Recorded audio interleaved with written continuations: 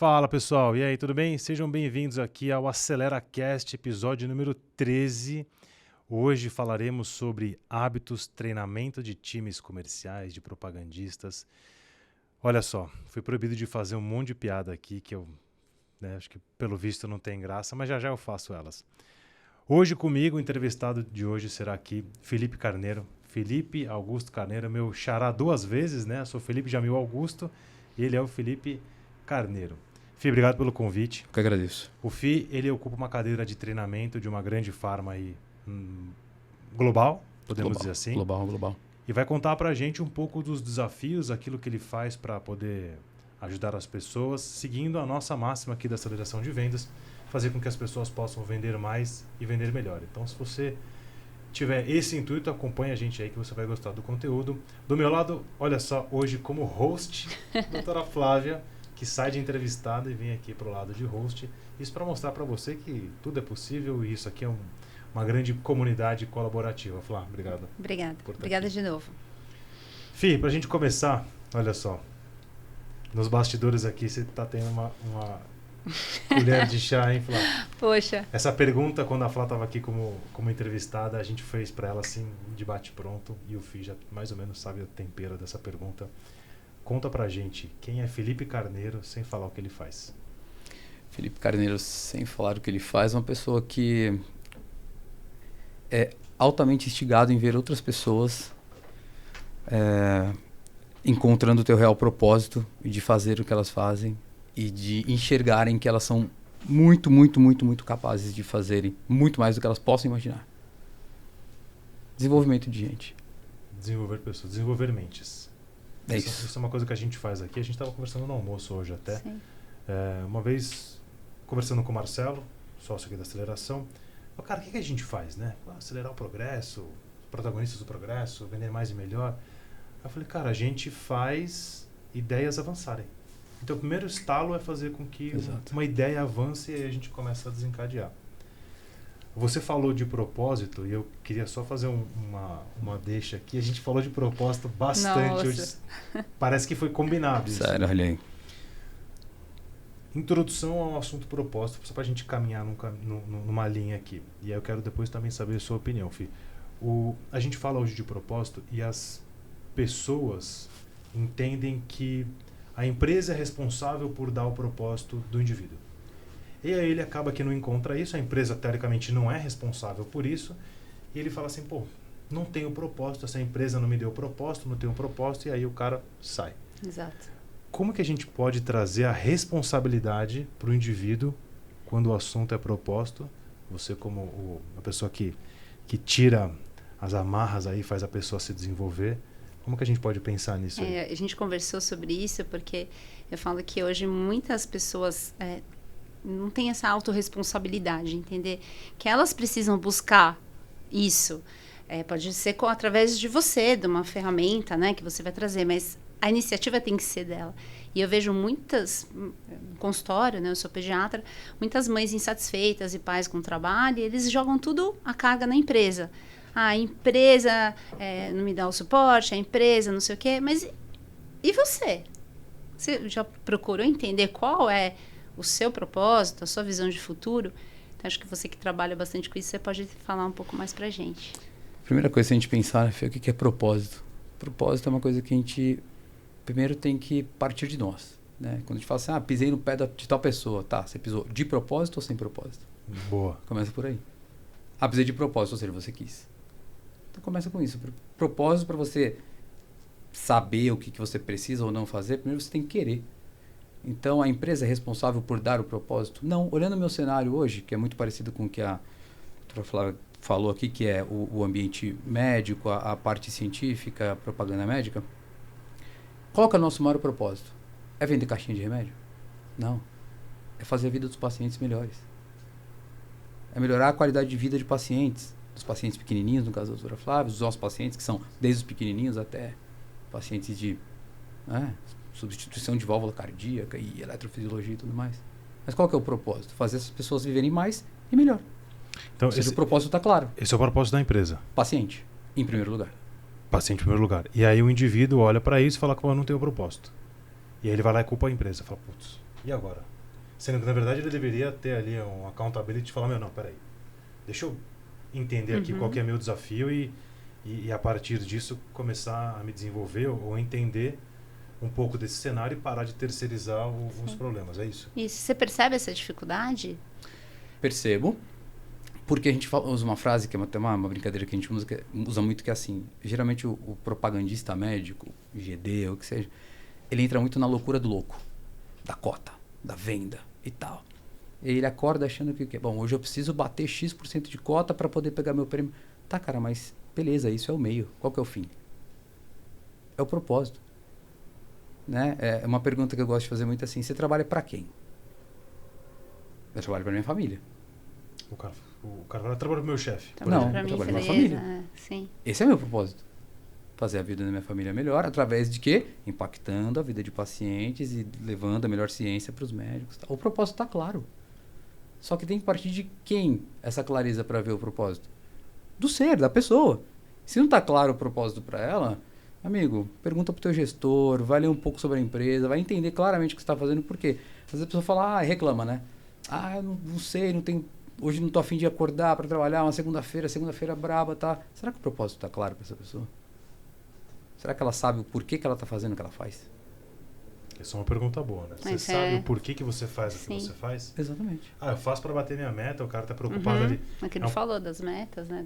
E eu tô numa visão curta, né? Eu vou bater a meta do mês, a meta da quinzena, a meta do bimestre, a meta do semestre, tá. E depois? É o que a gente tava conversando ali nos bastidores do jogo infinito, né? Você joga para ganhar ou você joga para continuar jogando? Porque se você joga para ganhar, saiba que você vai ganhar e vai perder. E aí você pode, inclusive, sair do jogo. Agora, se você joga para continuar jogando, você não vai ganhar ou perder. Você vai simplesmente se manter no jogo, fazendo todas as adaptações necessárias. E essa mudança de mindset é incrível. Quem para ter esse estalo. E quando a gente fala de mudança de mindset, a gente fala muito do jogo infinito, mas tem uma coisa que é um passo atrás, Fê, que é um pouco mais importante. Hoje, pensando no nosso cenário, né, da propaganda médica, geralmente olha-se o quê? O placar. Que é o quê? A cota, a venda. Isso não só no cenário da indústria farmacêutica, como qualquer outro.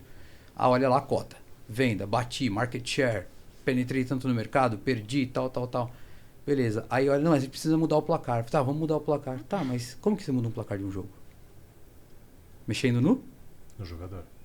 Ou no jogo ou no jogador, que os dois fazem parte do mesmo contexto. E são pessoas. Uma coisa que é interessante, né, a gente estava falando também no almoço, do que é visão e do que é propósito. Né? Então, o propósito ele é uma coisa realmente mais abstrata, às vezes não é tão numérica como uma cota, uma meta. Eu tenho um propósito de ajudar as pessoas a viverem melhor, né? E a visão, aí sim ela pode ser um pouco mais concreta. Não, a gente quer atingir o máximo de número de pessoas. A gente quer ser uma empresa que vá ser global, por exemplo, uma empresa que não é. Isso é uma coisa mais direta. Só que é o que a gente estava conversando, né? Se você tem a visão e não tem um propósito, fica vazio, que é exatamente o que você está falando. Se só tem um propósito, mas também não tem uma visão, fica muito no campo das ideias, né? Uma coisa muito solta. Muito empírico. E acho que tem que ser um pouco dos dois. Né? Tem um pouco da ambição de bater uma meta, não é ruim querer vender mais. Claro. Porém, tem que ter uma base que sustente isso. Tem que ter um porquê, né? Exato, para querer acordar na segunda-feira e trabalhar, né? Exatamente. Bater a meta é o quê? Agora, por que eu vou bater a meta? E tem um ponto importante também, que é o como eu faço isso. Talvez essa junção de tudo, né? Exatamente. Como é que você resolve um problema? Não qual é o seu problema. Como é que você vai fazer isso aqui? Tem um desafio. Como que você vai fazer? Porque essa parte prática, ela é difícil para o ser humano, né? Assim, de modo geral falando, na escola, a gente é exposto à teoria. Então, teoria. Talvez educação física um pouco de prática, né? Não tem a teoria do futebol. Joga a bola lá, né? Se vira, joga. E aí, teoria. Então, a gente aprendeu a ler a teoria, decorar uma matéria, fazer uma prova, etc. E a parte prática? Não tem. Mas quando você vem para o mundo real, é a prática. É o que muda. E como é que você desenvolve habilidades para colocar o jogo em prática? E aí quem faz essa leitura e começa a entender como faz para acontecer isso, cara, tem uma virada de chave aí importante.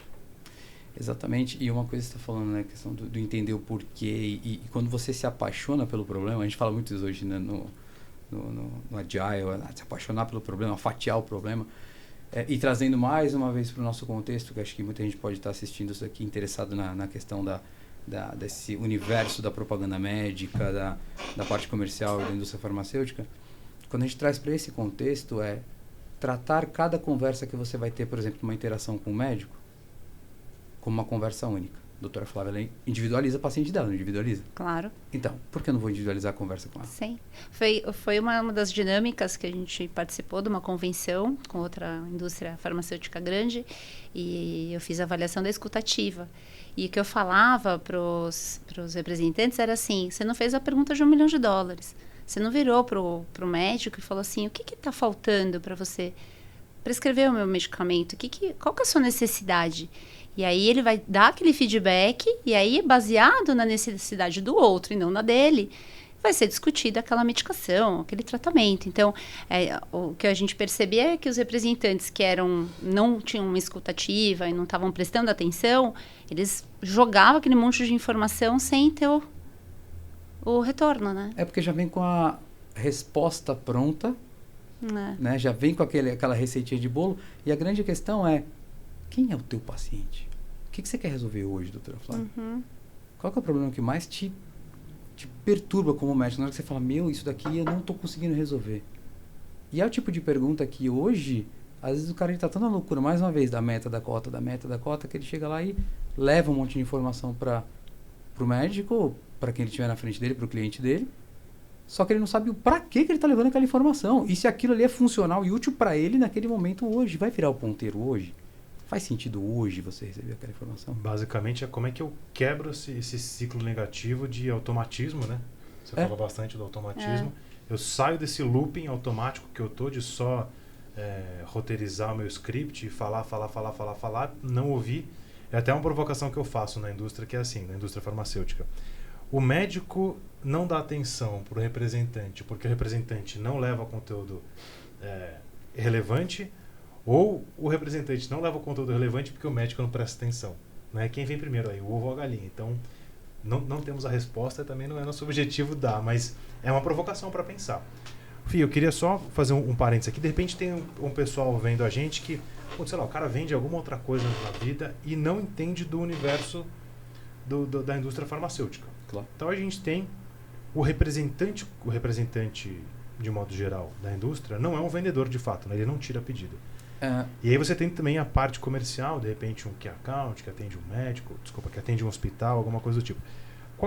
Em linhas gerais, assim, para quem chegou agora e quer mais ou menos conhecer um pouco desse mundo que a gente está falando, como que você colocaria isso numa sinopse rápida aí, num trailer? Legal.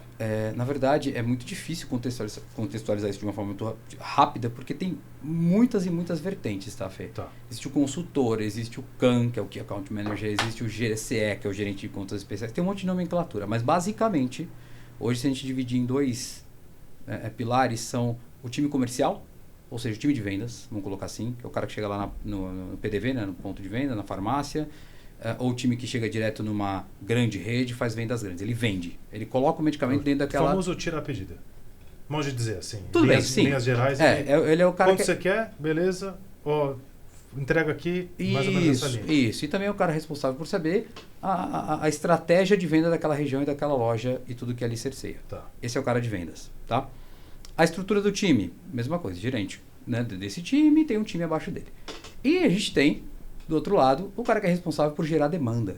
Então, muitas vezes a gente ouve esse time, o time de demanda, ou seja, o rep, o propagandista médico, que é o cara que vai gerar o receituário, ou visitar os médicos para que o receituário seja gerado e aquele medicamento que foi colocado naquelas lojas possa escoar, possa chegar até o cliente final, que é o paciente. Então, esse representante, que é o propagandista médico, ele é responsável por visitar médicos, gerar demanda, levar conhecimento técnico, científico para o médico, conversar com o médico sobre o paciente que ele tem, as dificuldades, dores e entregar ali os inícios de tratamento, que por muitas vezes algumas pessoas chamam de amostras grátis, mas a gente traz o nome de início de tratamento, porque aquele realmente é um início de tratamento para cada paciente, e o médico dali toma a decisão dele de prescrever qual medicamento ele quer para o paciente dele. O rep tem pouco controle ou nenhum controle se o médico vai receitar ou não aquele medicamento. E aí eu fiz essa pergunta para fazer uma outra pergunta aqui, que é a seguinte: e ainda assim com toda essa conjuntura, os raps em algum momento ignoram esse fato. Na minha leitura aqui, tá? Me perdoem aí, raps, me perdoem por talvez estar falando desse jeito. Mas eles ignoram esse fato e acabam trazendo com pouca...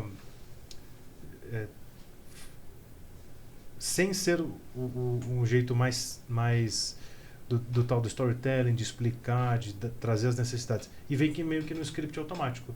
Cara, quer dizer, o médico a decisão é dele e você ainda assim não traz um contexto, você não pergunta o que ele precisa.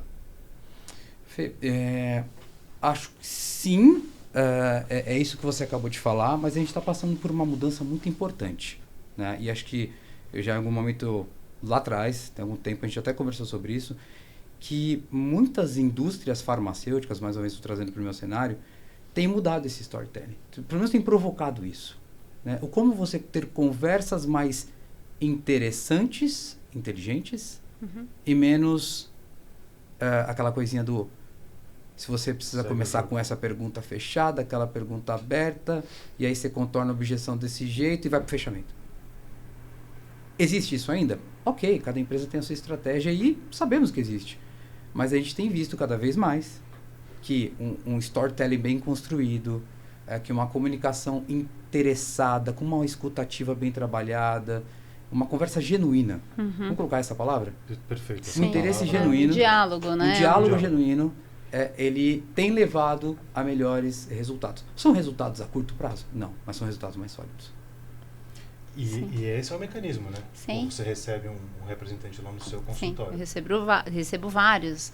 E recentemente eu fui convidada por uma indústria farmacêutica para fazer um evento realmente bem fora da caixa, do jeito que você está falando. Construir outro tipo de história. Eu dei uma aula de estilo de vida, falei de hábitos, que tem um link com a própria pensamento da indústria. E depois a gente cozinhou junto. Né? A gente fez uma imersão de cozinha, que é um negócio muito diferente. Né? Os pediatras lá cozinhando e tudo mais. E foi interessante porque eu fiz uma pergunta no começo, eu falei, todo dia é dia do quê? Né? Aí um fala, todo dia é dia de ler, todo dia é dia de não sei o quê, de caminhar. E aí uma das pessoas falou assim, eu só trabalho e eu preciso mudar. Foi engraçado porque ela soltou, assim, sabe? Quando você vê que a pessoa está entalada. E eu senti que o evento mexeu com ela, com o médico. E você vê, é uma abordagem totalmente diferente do que o feijão com arroz. E eu acredito que isso é o futuro mesmo. Mas é um processo lento. É uma sementinha que está plantando e que vai crescer. E isso a gente acaba vendo muito quando você pega uma presidente e fala assim, olha, você vai fazer agora uma propaganda médica, vamos colocar assim, porque eu não gosto de usar essa palavra. Eu gosto de usar muito o termo interação. Você vai ter uma interação com a doutora Flávia sem amostra. Tira a amostra grátis. Tira as caixinhas. Só aqui, conversa. E você vai fazer um combinado de acordo prescritivo, vamos colocar essa frase, sem deixar a caixinha para ela de amostra. É um desafio para muita gente. Por quê? Ela se apega a isso, a caixinha, para achar que é aquela caixinha que vai fazer a doutora Flávia prescrever. Mas aquela caixinha é só mais uma caixinha. Você sabe que... Não, eu sinto exatamente isso. Semana passada a gente criou um módulo de objeção. Até foi presente de um colega da indústria, Belato. Um abraço para você, obrigado pelo livro. Luiz Belato, parceiro. Conhece o Belato? Opa, Belato, Estamos esperando. Essa cadeira aguarda o Belato, um dos primeiros caras que gravou podcast com a gente na época da pandemia. A gente tem um podcast com ele, em algum lugar do link aí da tela vai aparecer para você clicar. Foi virtual, assim, a gente tentou fazer ele virtual. Putz, o Belato é um grande amigo nosso. Ele me deu um livro chamado Objeções, do Jeb Blount. E, teoricamente, quando a gente fala objeção, o primeiro pensamento que vem, e eu estou falando por mim, eu pensava isso, que o contorno de objeções era algo técnico. Então eu vou contornar objeções e isso é uma ferramenta mais técnica. E aí, lendo o livro e construindo esse módulo de objeções, cara, a objeção é algo extremamente comportamental / emocional. E ele começa no ato de pedir. O vendedor, de modo geral, o ser humano, de modo geral, ele evita pedir. Por quê? Quando a gente fala em objeção é uma ferramenta de um processo de negociação. O ser humano confunde objeção com rejeição e a rejeição no cérebro humano, atua ali no mesmo lugar, eu não vou falar de forma tão técnica, mas ele atua no mesmo lugar da dor.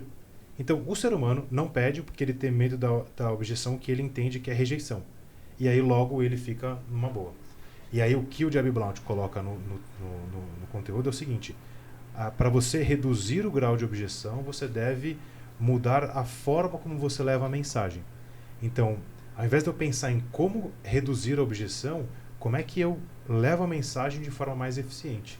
Cara, isso tem uma mudada de chave assim gigantesca. Eu achei sensacional. A gente aplicou esse treinamento numa seguradora, não tem nada a ver, mas não tem nada a ver com essa indústria aqui, mas ainda assim super coerente o conteúdo. Claro. Mas então tudo isso para falar do medo que nós temos da rejeição. E aí quando você diz, eu vou colocar o rap na sala sem a amostra grátis, ele perde a muleta da rejeição. Ele fala assim, porque se eu chego para você, doutora Flávia, tudo bem? Amostra grátis para você. Como que você tá? Mais uma amostra grátis para você. Como tá a família? Mais uma amostra grátis para você. Eu estou reduzindo o risco dela me rejeitar. Consciente ou inconscientemente. Vocês acham que faz sentido isso? Sim, totalmente. E eu falo mais. Devolve às vezes o medo é tão grande que daí não tem a escuta, porque existe o medo de repente, aquela medicação ou aquele produto, o médico não querer. E eu, por exemplo, tenho uma medicação, eu até falei no treinamento que a gente fez, eu falei assim, gente, tem uma medicação que eu não prescrevo há 10 anos. E aí, o representante às vezes não deixava nem... E aí eu comecei, teve um dia que eu falei, posso te falar, antes de você começar a falar, eu não prescrevo essa medicação há 10 anos. Não adianta você me deixar a amostra, porque eu não vou usar. Assim, eu não uso. Assim, só se você tiver uma coisa nova, só se for a medicação foi mudada. Não, doutora, é a mesma coisa. Eu falei, então, vamos falar de outra coisa. Porque senão você vai perder seu tempo, né? E aí o ranço aumenta. E aí eu não vou nem ouvir o resto que você tem para me falar, né? Então, tem muito essa coisa de também vomitar e dar a amostra. Ai, deixa eu dar aqui, porque... Uhum. E não é garantia de nada. Por exemplo, eu não prescrevia. E a questão é, ele... Mas tem total sentido. Entregou a amostra, falava de uma coisa que ele já sabia que você não prescrevia. E por que ele estava insistindo?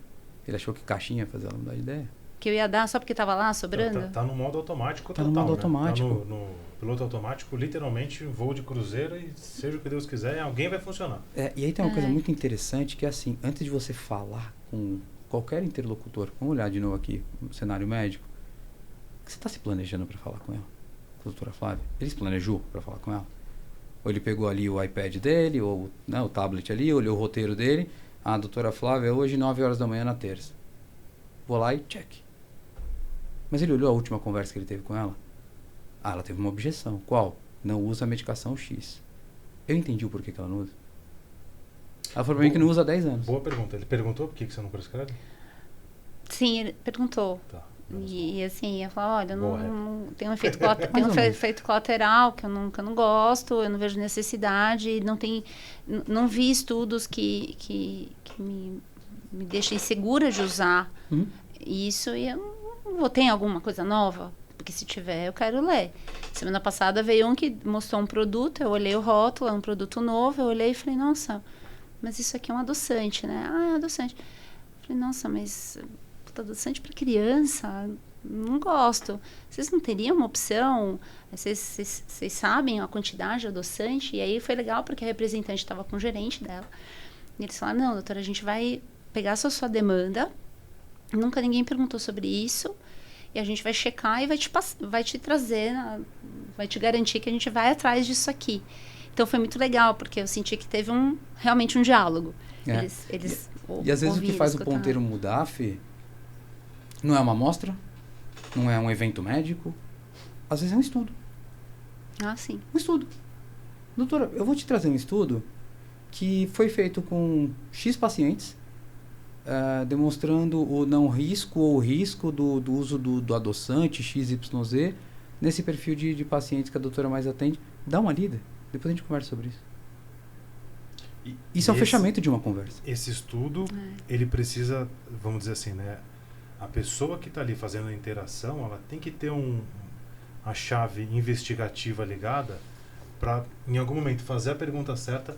Por exemplo, a doutora Flávia pode falar mais de um tema que ela está acostumada, por estar envolvida com a parte nutricional, enfim, que seja.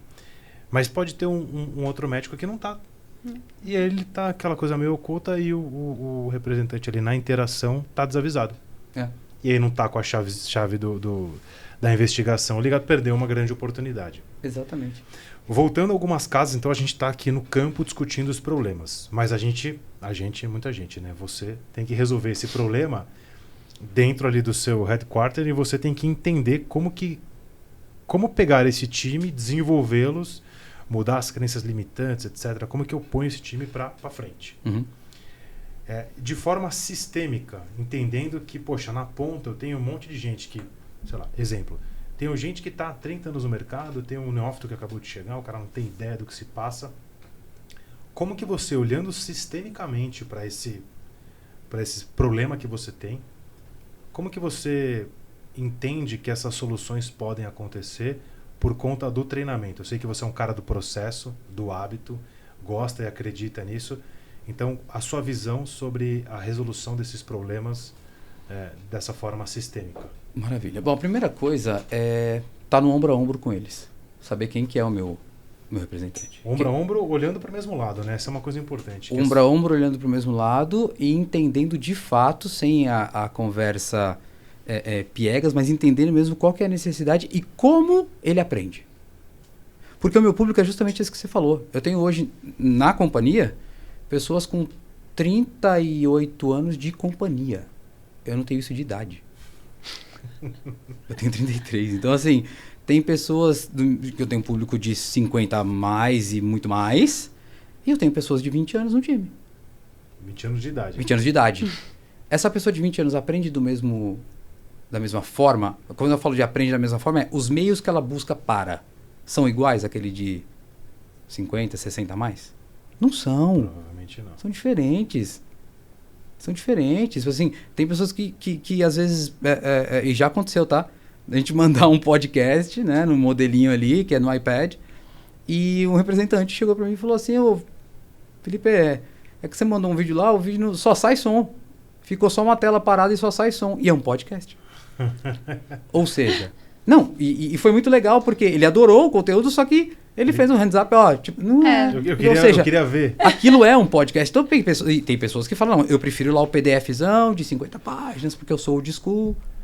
Então, e tem a gamificação, tem pessoas que gostam de aprender jogando. Tem outras que acham que é infantilizar o treinamento. E aí? Então, assim, tá ombro a ombro, entender, entregar o conteúdo de boa qualidade. Segundo, fazer a troca. Time de propagandistas médicos, time comercial, é um time que precisa trocar. É tratar o adulto como adulto. E como que o adulto aprende? A partir do momento que ele põe para fora. É o output. Então eu faço, né, coloco o conteúdo, beleza, como que eu vou fazer esse conteúdo sair? Discussão, roleplay, One, Two, For All, que é um tipo de treinamento que eu gosto bastante de fazer. Como que é? É One, Two, For All. Ele é bem legal. Geralmente é um treinamento que acontece EAD, uma experiência digital, né? E nesse período de pandemia a gente aprendeu a fazer isso. Primeira coisa, você faz uma pergunta para a pessoa fazer uma autorreflexão. Então, ela vai tomar nota num papel dela mesma. One. Depois, você faz uma outra pergunta de provocação e separa em dupla. Two. Depois, você separa esse mesmo grupo gigante em quartetos. Four. E depois, você traz esse quarteto para apresentar para todo o conjunto quais foram os principais achados. One, two, for, all. Eu sou apaixonado por essas metodologias, já está anotado, vou usar ela no futuro bem próximo e vou te contar qual foi o resultado. É muito legal. E é porque é a troca. E é na troca que acontece. Aconteceu a situação X com a doutora Flávia do meu setor lá de Recife e eu agi dessa forma. E qual que foi o resultado obtido? Que ferramenta que você usou para isso? Qual caminho que você seguiu? Qual pergunta que você fez? É assim que o adulto aprende, é assim que o representante aprende. O representante, né, fazendo assim um breve parênteses sobre o perfil comportamental, grande maioria, a gente tem, sei lá, mais de 2.000 avaliações, são comunicadores executores, executores comunicadores. Em tradução livre do Felipe aqui, é o time que aprende na porrada.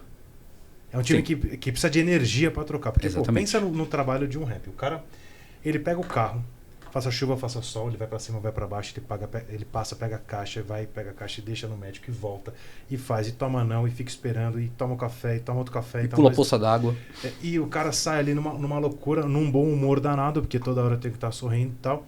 Então é um time de muita energia. Sim. E aí você pega os caras e fala assim, agora vamos sentar e vamos meditar. Os caras vão falar assim, mano, vocês estão de brincadeira, né?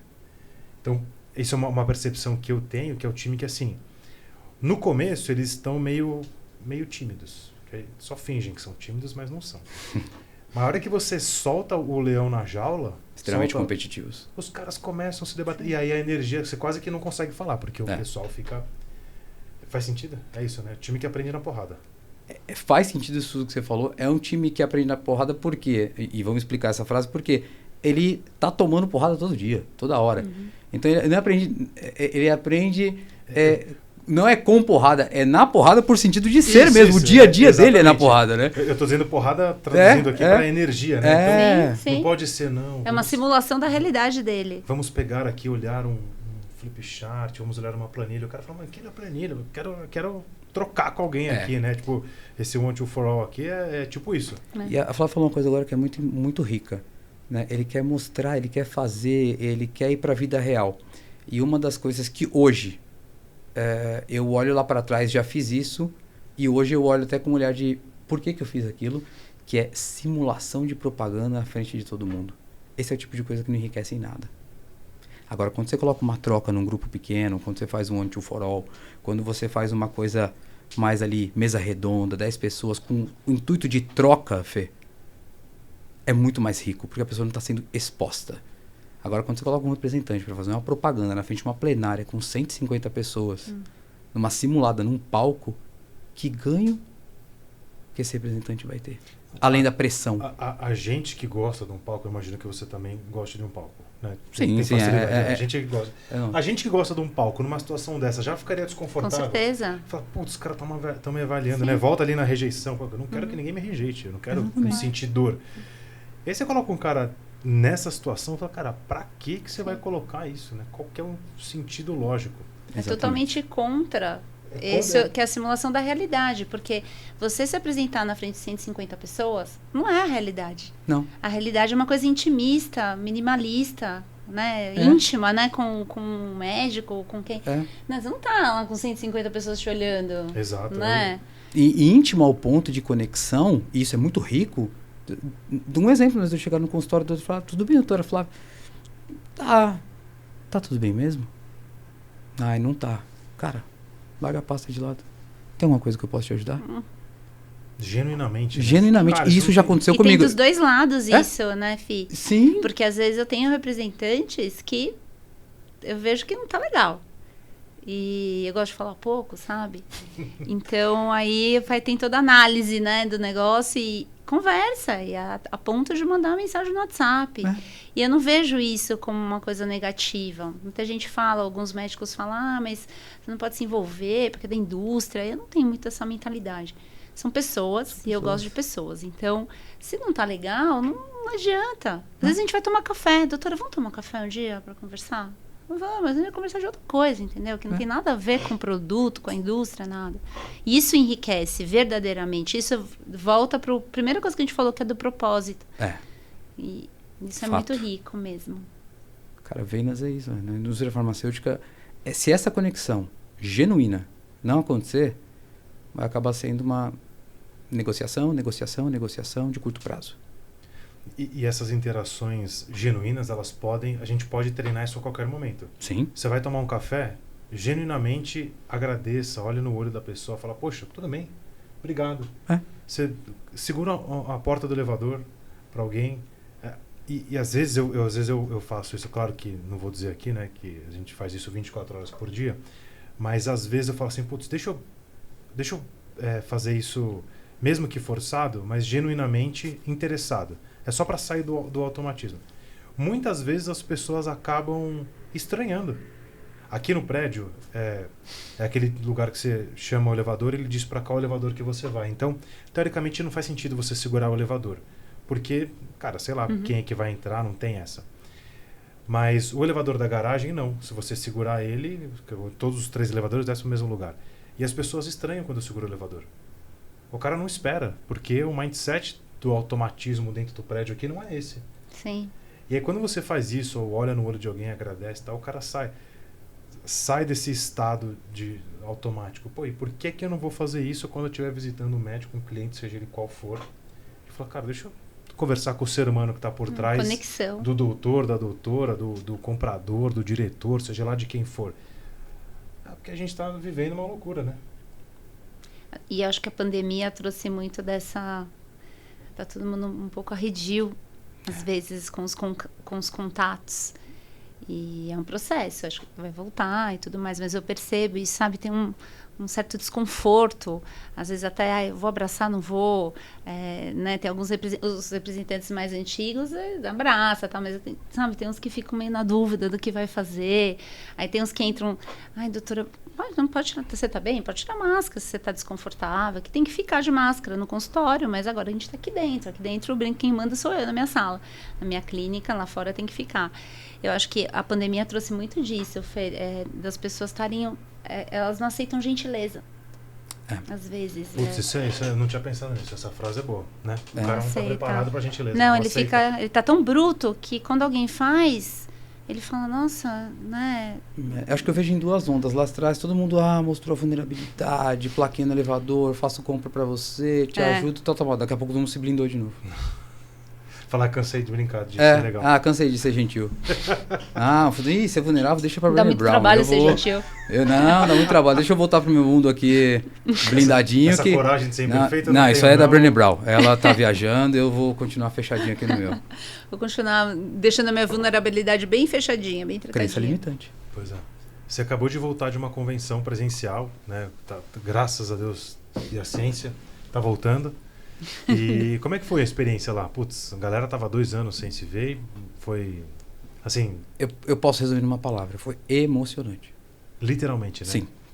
Choros e mais choros e choros e em cima de choros. Sim, e nós ainda para ajudar fizemos uma atividade que conectou com um propósito. Não vou discorrer porque a atividade foi muito grande, mas foi uma atividade que conectou com o que significa propósito. E foi assim um negócio... Eu desenhei a atividade junto com o nosso time, eu, mas todo o time de treinamento. A gente sabia de tudo que ia acontecer. A atividade aconteceu, que eu não vou contar o que é. Todo mundo chorou, inclusive eu. E eu sabia tudo o que ia acontecer. Falei, nossa. Muito doido isso, né? Eu não te julgo, porque eu sou maior chorona. Eu também sou uma chorona. Eu terminei, eu fiz uma pós de medicina do estilo de vida e coach de saúde ontológico no Einstein. E na última dinâmica do coach de ontológico, nossa, bom, eu já choro, como diria meu irmão, não preciso de nada para chorar. Mas, assim, eu soluçava, sabe? O meu coordenador só dava o lenço pra mim, assim, sabe? Não, descompensamos. Todo mundo descompensou. Porque, né... E foi uma dinâmica de apreciação também. Uhum. Então, foi muito bonito. Então, receber aquilo, depois de tudo que a gente passou nesses anos, cada um viveu os seus problemas, as suas questões, foi muito emocionante também. Foi muito doido. Um ponto importante aqui, que eu acho que é o seguinte, né?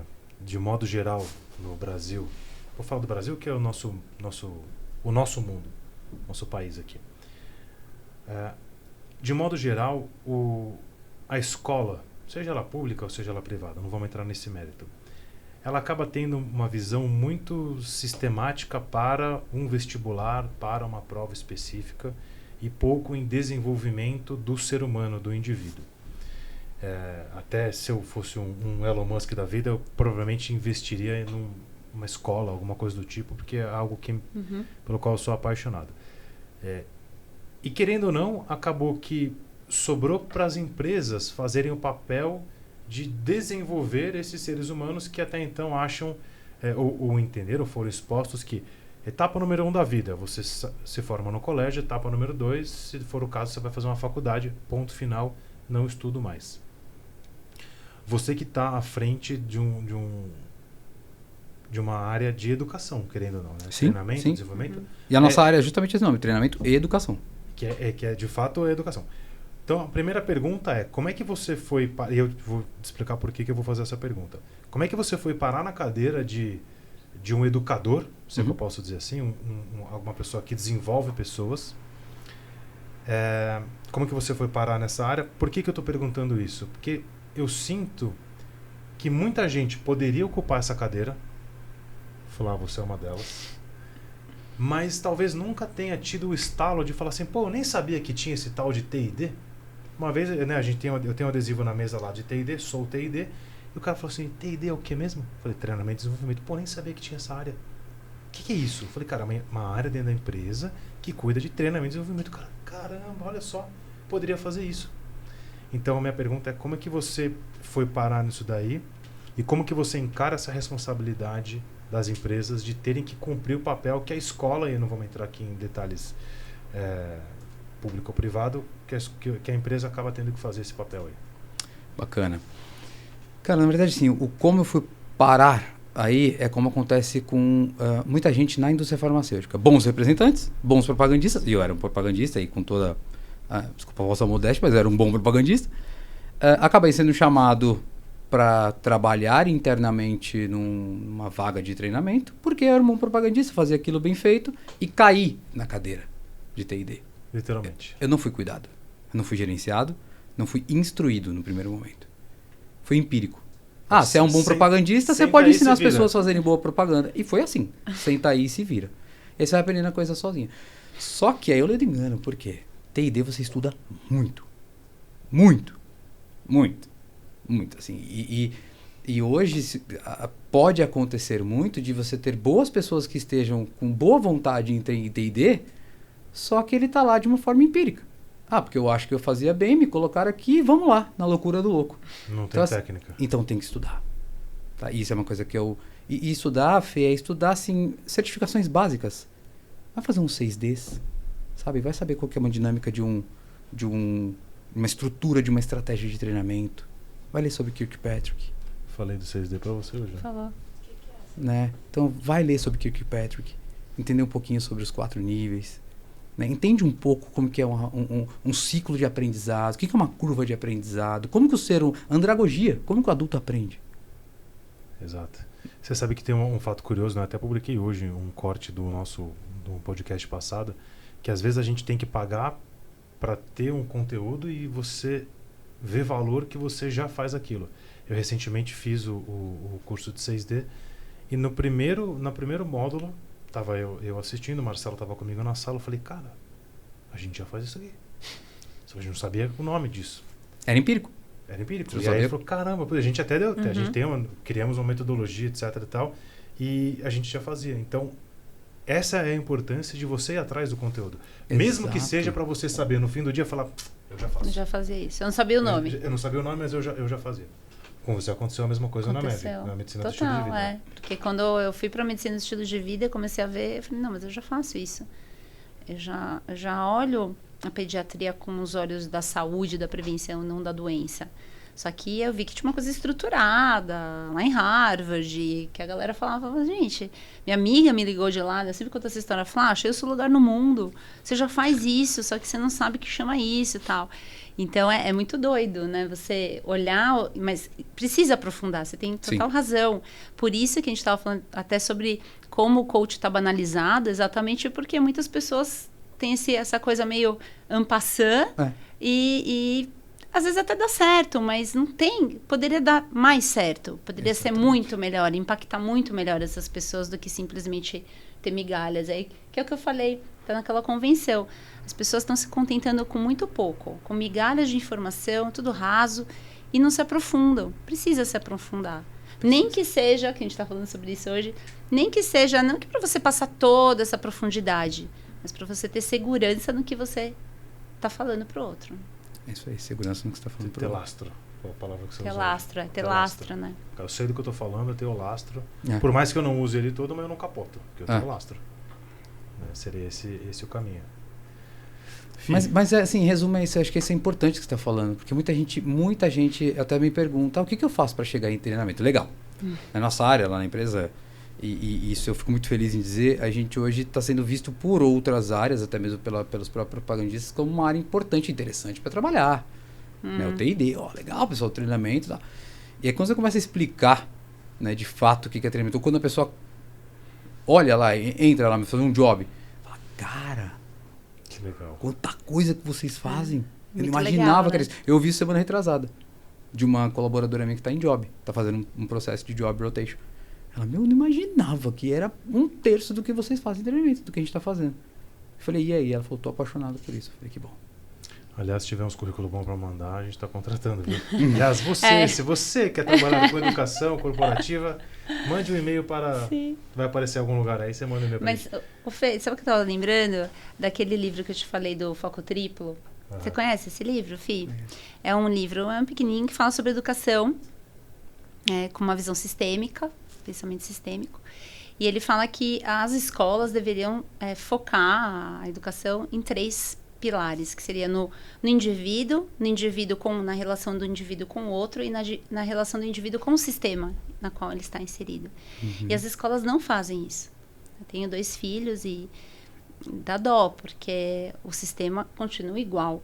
E aí, por isso que tem que chegar na sua mão e você tem que pegar na mão do adulto e falar, vamos aprender, vamos entender qual que é o seu propósito, qual que é o seu papel nessa engrenagem toda, não só da indústria, como do planeta e de tudo, tá tudo interligado, só que essa consciência não existe. E o interesse em você aprender está muito ligado na aplicabilidade daquilo, né? Exato. Eu vou aprender isso para fazer o quê? O que isso vai impactar? As crianças hoje são muito questionadoras. Uma criança hoje de 4, 5 anos, ela sabe do efeito estufa. Ela sabe se bobear da guerra da Ucrânia. E aí, quando ela recebe um conteúdo, ela se pergunta, mas o que eu vou fazer com isso aqui? Eu contei a história para você do Lucas estudando lá a história sobre escravidão. Não lembro se eu falei isso até no... Meu filho estava estudando sobre escravidão. Ele falou assim, mamãe, por que eu tenho que estudar sobre escravidão? E eu falei para ele, filho, você já estudou com alguma criança de cor negra em algum momento? Ele, não. Você não acha estranho, vivendo num país como o nosso, onde a maioria você nunca ter estudado com uma criança assim? Ele falou, é estranho mesmo, nunca tinha pensado nisso. Eu falei, então por isso que você tem que estudar a história do Brasil e entender como que foi esse processo. E aí ele foi estudar... Até mesmo para não... Para ele ter um comportamento, entender a raiz do problema e o que talvez ele possa fazer dentro das possibilidades dele, porque a gente não vai mudar o mundo, a gente sabe, não precisa ser utópico, mas te dá muito mais vontade de estudar. E eu percebi, tanto que ele gosta de história, é uma coisa que ele se interessa e tudo mais. Mas eu tive que fazer esse papel, entendeu, filho? Porque a escola vai lá, joga o conteúdo e decora aí as datas, aí o negócio. Aí isso, acabou. Decora aí, né? Decora aí, faz a prova. É uma coisa muito rica que a gente percebe na indústria. E mais uma vez, né? Porque a gente meio que teve que terceirizar essa educação, né? E tudo mais. Quando a pessoa ela enxerga o real porquê que ela está estudando aquilo, por que eu vou estudar sobre a fisiopatologia de uma determinada doença, o mecanismo de ação de determinado produto, por que eu vou estudar isso? Tá. Porque eu quero ter uma interação melhor, de maior qualidade, porque isso vai melhorar meu repertório. Quando o cara enxerga realmente isso, então esquece, é uma máquina. Agora, quando ele olha assim, puta, mais um conteúdo, mais uma indicação, mais um medicamento. Que serve.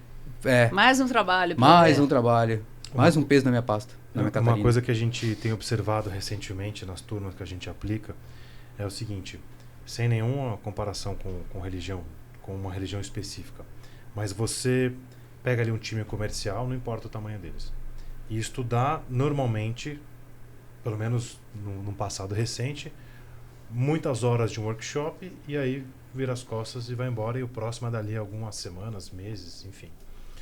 E o que a gente vem fazendo é colocando essas turmas para conteúdos curtos, 2 horas, semanalmente, e aí a gente criou ali como se fosse uma rotina, um rito de passagem, exatamente como se fosse uma missa. Eu pergunto para minha mãe o que ela vai...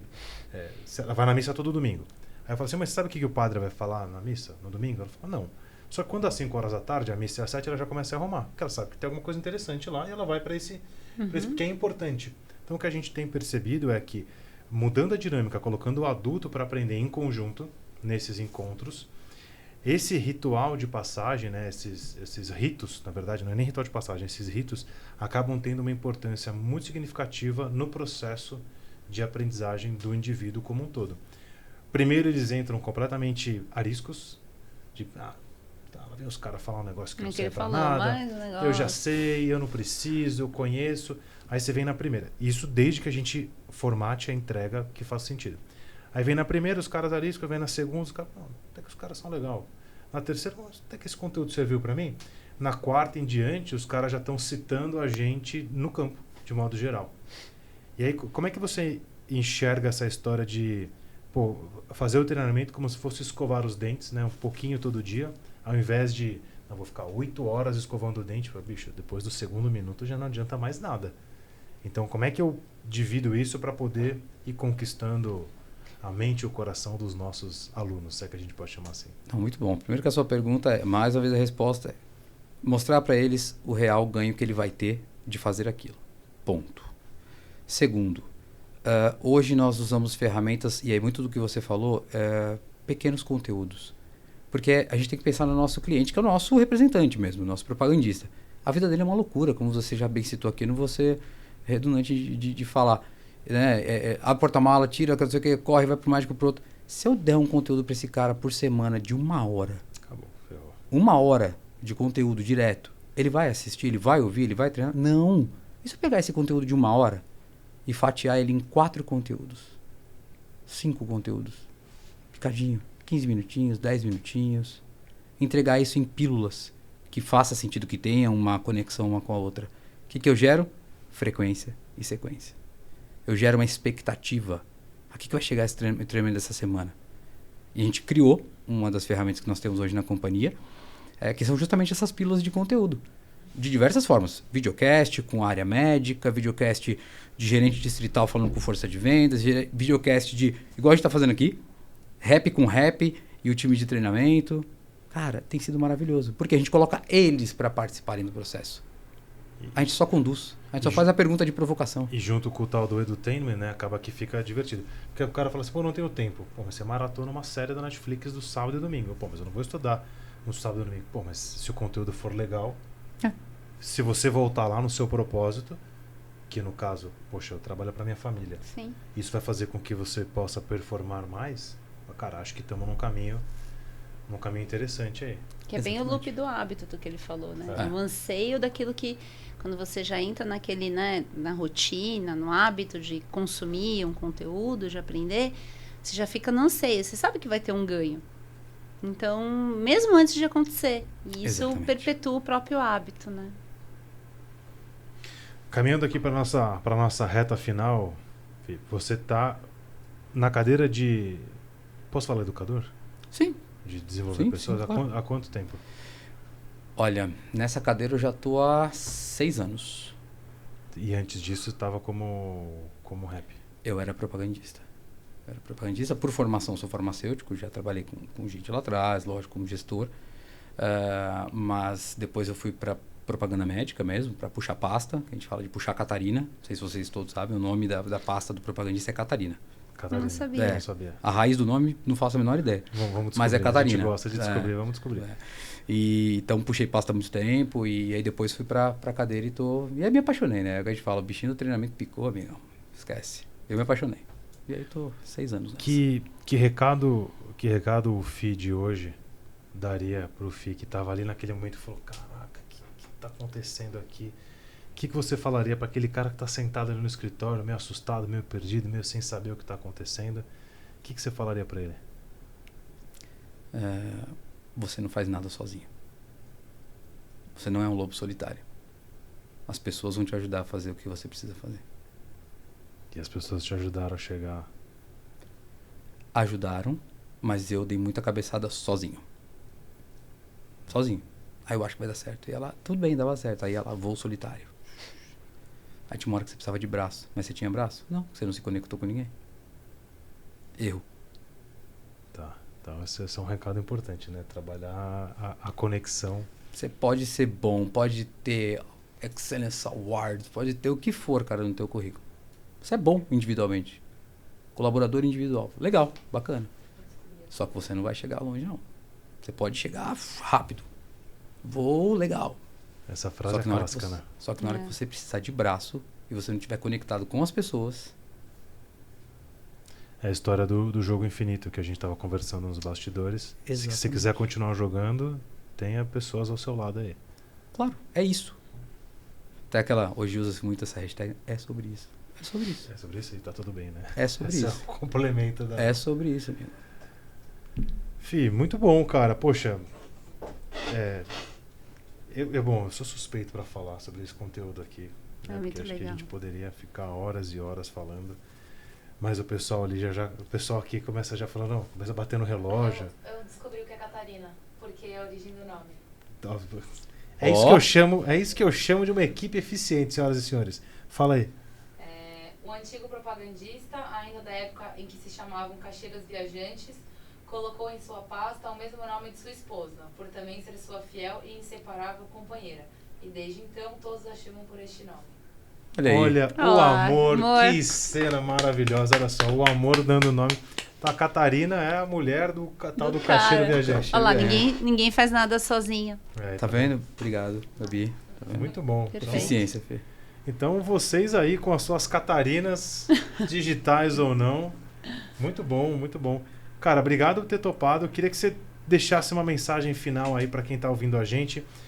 Tanto quem tá nos desafios comerciais aí, sejam os reps, seja um vendedor de trator, ou vendedor de óculos, ou vendedor de queijo, tô falando aqui os nossos clientes.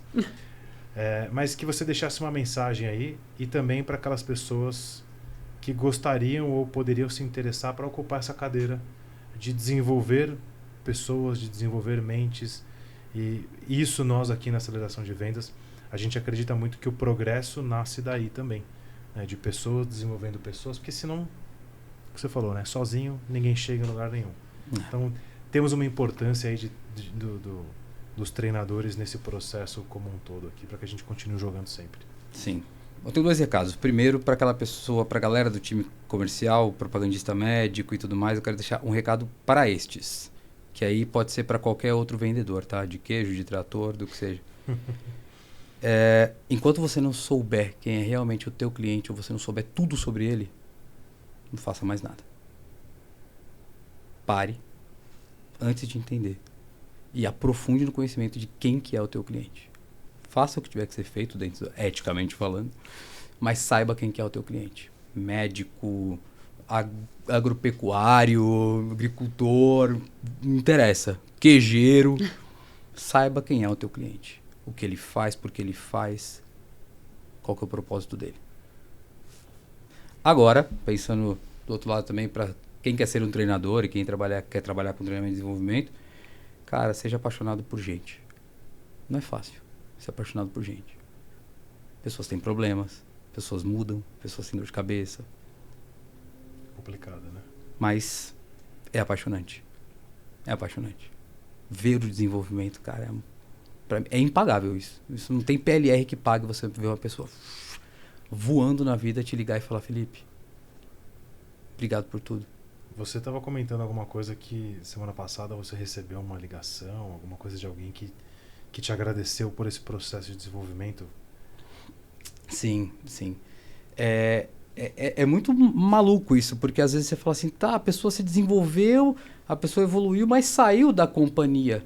Mas aí, cara, eu tô sem crachá, eu tô falando como desenvolvedor, o meu trabalho é desenvolver gente. Às vezes a pessoa pode não continuar na companhia, porque para ela não faz mais sentido, o ciclo dela tá se fechando ali, mas o meu trabalho como desenvolvedor é desenvolver o potencial daquela pessoa. E aí você vê a pessoa voando e ela me ligou, eu falo, cara, tô numa outra oportunidade, numa outra multinacional, avancei na minha carreira e eu quero te agradecer por tudo que você fez para mim. Na verdade, a gente não faz nada, a gente só mostra os caminhos, né? Exato. A pessoa que faz. Na cadeira que eu tava não cabia mais, a pessoa me disse e voei para outros voos. E tá tudo certo. Mas é muito gratificante ouvir isso. Isso talvez seja o que mais tem valor do seu propósito. Com certeza. Porque isso te acompanha, cara, hoje você está na empresa X, amanhã na Y, amanhã você pode ter a sua empresa, enfim. Mas você sempre está conectado de histórias onde o seu interesse é genuíno em fazer com que as pessoas, né, possam se desenvolver. E mesmo você falando, a pessoa foi para outra empresa, né? Na verdade, talvez tenha sido boa para a empresa que você trabalha. Exato. Se a pessoa não se encaixa mais na empresa que você trabalha, você propiciou para a própria empresa um crescimento. Exatamente. Mesmo uma pessoa saindo. Um crescimento, oportunidade Então, para outros. Ela vai, ela não estava sendo tão útil, entre aspas, naquela situação. Você mostrou para ela que ela tinha outro caminho para seguir, né? Então, isso é um pouco do que você falou hoje sobre a responsabilidade de eu não terceirizar na empresa todos os meus problemas. Qualquer angústia ou ansiedade que eu tenha de ficar preso numa história que não é a sua. Sim. Você fala, a empresa é isso, a empresa é aquilo. Mas a pessoa, você? O que você fez para isso? Fui lá e tomei a decisão de mudar.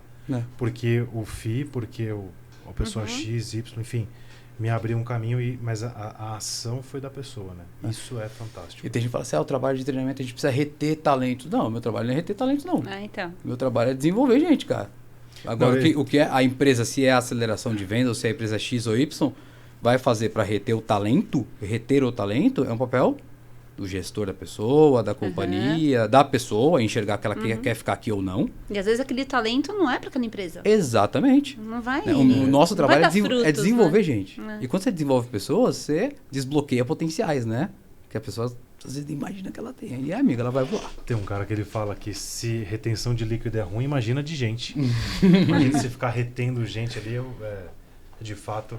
Você tem que, vou usar mais uma frase clichê, né? Você cuida do jardim para que ao invés de sair caçando borboleta, cuida do jardim e deixa que elas venham, né? Vem borboleta, beija-flor, passarinho e tal. Ótimo. Do que você criar ali um viveiro e colocar todo mundo aprisionado naquele mundo de faz de conta. É difícil, é um grande desafio, né? Mas acho que essa talvez seja a nossa missão, individualmente aqui de cada um de nós, e que de alguma forma elas vão se esbarrando por aí. Considerações finais, Flá? Não, maravilhoso, obrigada. Foi maravilhoso ouvir o Fih. É bom conversar com gente com a mesma vibe, mesma né? Frequência. Mesma frequência. É bom, porque parece que a gente é doido às vezes, né? Fala umas coisas, quase as pessoas sempre olham meio assim. Então eu que agradeço, Fê, obrigada, viu? Muito bom, e seja bem-vindo aqui ao lado de host com a gente no podcast. Fih, cara, brigadão mesmo, assim, valeu por ter topado. A cadeira, o microfone está sempre aberto para você. Quando for fazer esses podcasts lá, chama a gente também, que a gente gosta de... É um prazer. A gente gosta de falar só um pouco, né? Só um pouquinho. Tô desde 1h30 da tarde falando com ele.